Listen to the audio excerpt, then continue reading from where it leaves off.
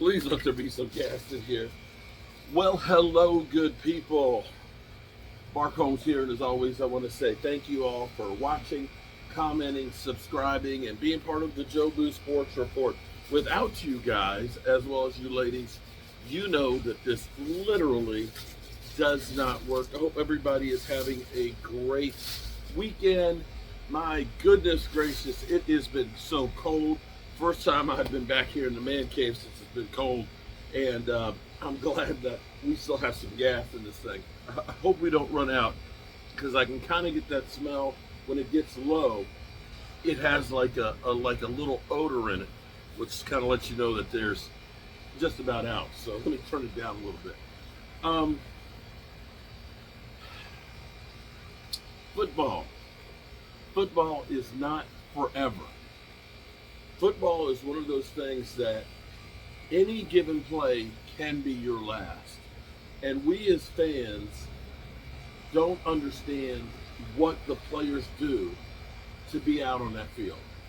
I'm sorry. If you ever meet some of the football players, when I've met Cam Jordan and Calais Campbell and standing side by side those two guys, I, a guy who's 5'10" and a half and 265 pounds, look like a little midget. And you see guys like this that are running about a 4.7, 4.6 40, in some cases even faster than that. And when they hit you hard. Not to mention the field. Okay? Now I remember at JMU when they first put the Omni field down. We used to have at JMU back in 84 and 85, we had the carpet like they used to have at the old vet stadium. And I remember when they redid the field, literally there was concrete, then there was a rubber mat, and then there was the carpet on it. And that's literally what you fell on. So if you know what, like the rubber gym mats that are about a half-inch thick, imagine that on top of concrete with a carpet. Okay, they came up with the Omni turf, which was the precursor to the field turf. And the strands are about 1.25 inches long. They still had the concrete. Then they had like a rubber mat that's about, 1 inch thick. They laid this carpet on there and they infill it with rubber. Or excuse me, sand. Back at the Omni turf was in sand. So it's filled with sand. So when we would land on it, you had the sand, which was like an abrasive. It's like literally going on sandpaper. So we get strawberries on our arms and our knees. That would be, the strawberry, because you see the hair follicles that are there, but it's just a raw spot. And it would burn like crazy because you sweat in it. But the point of that is not so much the strawberry burns and stuff, is when you get hit, and when you see like Trevor Lawrence, when he gets a forearm to the head and then the head snaps down and hits that turf, you get a lot of damage that's in there. So Jake Fergison, who's missed the last couple of games because of concussion protocol, said, I think it was 2 days after the concussion, that he woke up in the middle of the night and was so chemically imbalanced that he couldn't find his cell phone and started crying like he hadn't cried since he was in junior high and his dog died.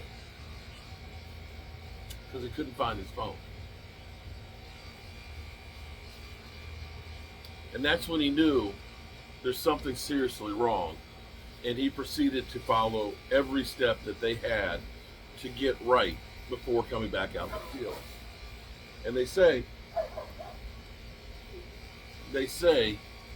once you start getting concussions, you're more susceptible to getting more of them, which is one of the worries that they have for Tua, because Tua's had 3 major ones, and you have to start worrying about, is this going to be my career or my quality of life? Now, I'm going to say from personal experience now that I'm older, I will lose things and can't find them. I'll be looking 10, 15 minutes, half an hour, you know, calling my wife and things like that, and panicking and literally having almost a panic attack. Sometimes I can't find my wallet, or my credit card is not in the same spot that it was, and literally losing my shit, to come to find out it's literally right there. It's literally right there. So I don't know if I got a chemical imbalance because I'm old or because of shots I took back in the day. Because back in our day, we would just call them a blue dot hit and, just shake it off and get back out there. Now at least they understand that there's real trauma. And see, this is the thing that Joe the fan will never understand. If you've never played football and you're out there talking about he's a P word, he's a wimp, he's not tough, brother, every one of those guys out there, they're tough. They're real tough. They've had their bells rung on a regular basis. They've had bones broken. They are doing things that you would call in sick or look for workman's compensation because you ain't going nowhere.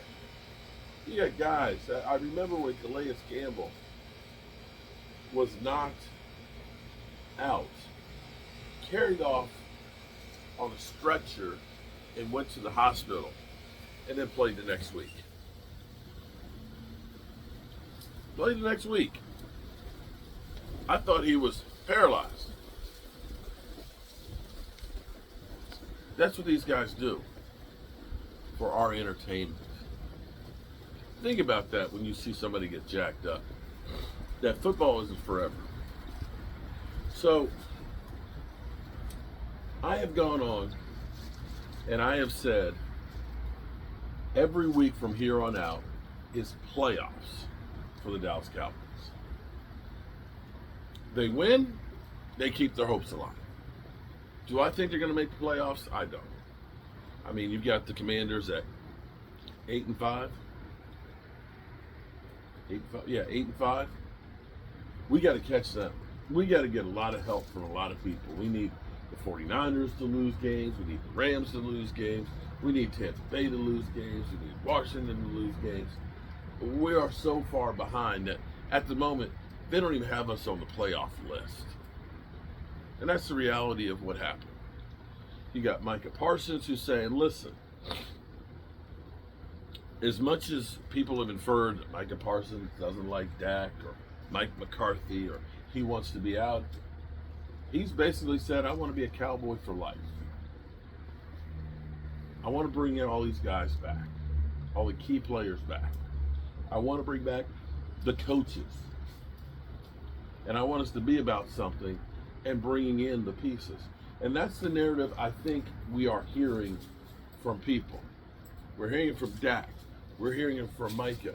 Listen, we love the Cowboys, but Jerry, you didn't do enough to help us get over the hump. We need players. We need help. It's not the coaching staff. It's you. It's you, Jerry.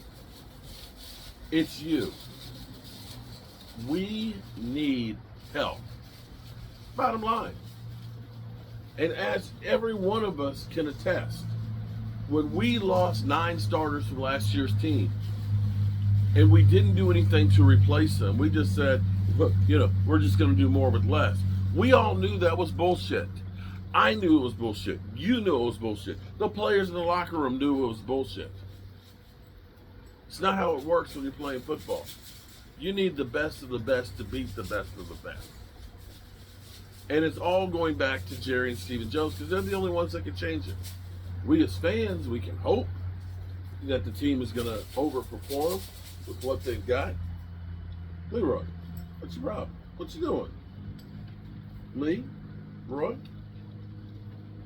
You all right? What the fuck is wrong with you? What the fuck is wrong with you? Dog looking like he's looking at ghosts and shit. Okay. That's the piece that holds us back. Is the Cowboys and this we believe in our own guys and we believe in position flex. No, listen, bro. I don't need a guy who can play 3 positions on the defensive line. I need a guy who does one of those positions exceptionally well. And I need you to go out and get me one of those guys for each of the positions. And then I need you to go out and get me a guy who's a backup. Maybe the backup is that guy with position flex. Okay.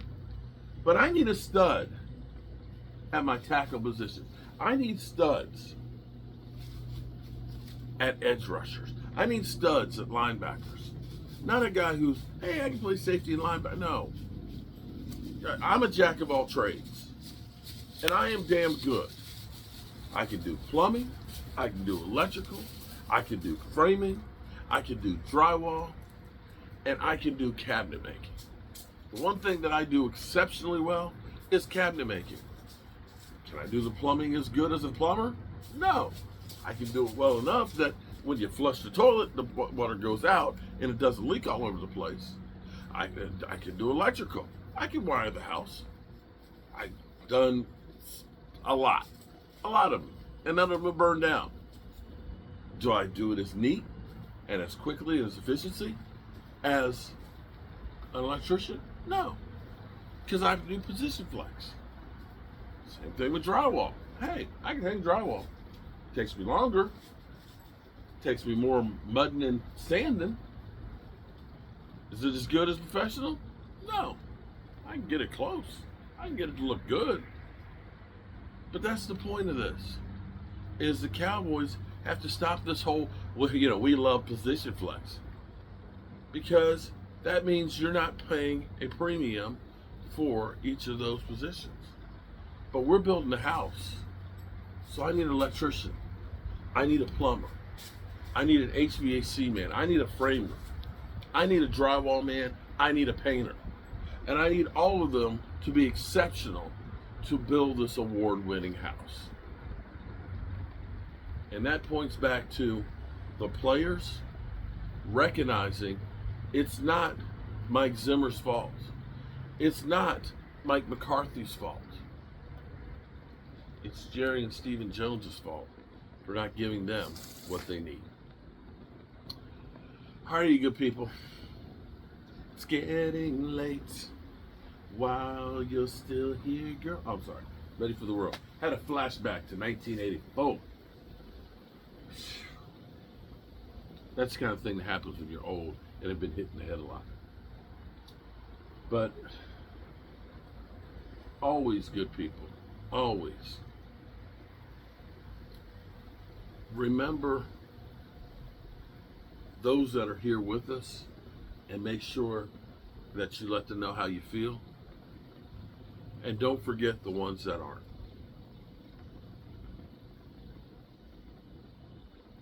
And there's a lot of them that aren't. I appreciate all you good people. And I thank you for listening to me ramble like a crazy man. Have a good night. And tomorrow we'll be live streaming the games. We'll see if the Eagles... before I get out of here, you know what would be so sweet? I know it's not going to happen. It's impossible. But could you imagine if the Cowboys were able to run the table and make the playoffs? I know we're talking about playoffs. No, wait, there's more. And they played the Eagles in the playoffs. And they beat them. That is my dream. I'm going to put it out there. That would be the sweetest thing that could happen. Guy can dream, can he? Good night, good people. I love you all. Peace out.